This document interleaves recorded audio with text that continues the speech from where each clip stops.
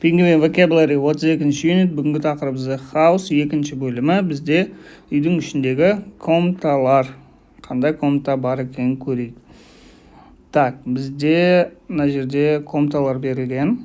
Астында сурет бар. Соған қарай қазір жасаймыз. Хорошо?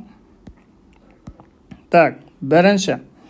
Бізде бір, мынаның барлығы екінші этаж болады. Екінші этаж бізде жоғарғы этаж, ол upstairs. Екі. Жоқ, бір. Upstairs деген бір. Хорошо? Сосын екі бізде мынақта ванны тұр. Ванны болатын болса, значит, ол бізде bathroom. Екі. Үшінші.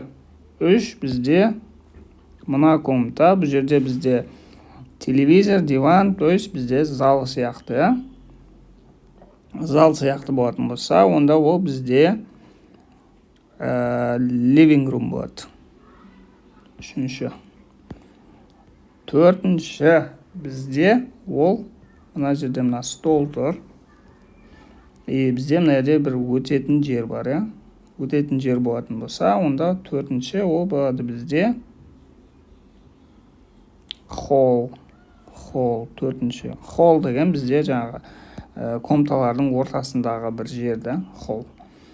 Бесінші бізде мынақта туалет тұр. Туалет болатын болса, бізде ол, конечно же, болады туалет. Бесінші. Алтыншы бізде мынақта кухня. Кухня бізде болады kitchen. Жетінші бізде мынақта кровать тұр. Ол ұйықтайтын бөлме. Ұйықтайтын бөлме, ол бізде bedroom. Жетінші. Сегізінші бізде мынақта тамақ жейтін жер. Стол тұр, стульчиктар тұр. Тамақ жейтін жері. Тамақ жейтін жер бізде dining room. Сегіз болады.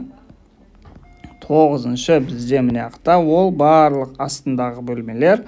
Полностью асты болады downstairs. Сосын бізде мынақта оныншы бізде лестница. Лестница жоғары апаратын, ол бізде stairs болады. Хорошо? Осылардың барлығын жазып алыңдар. Келесі сабақта көріскенше.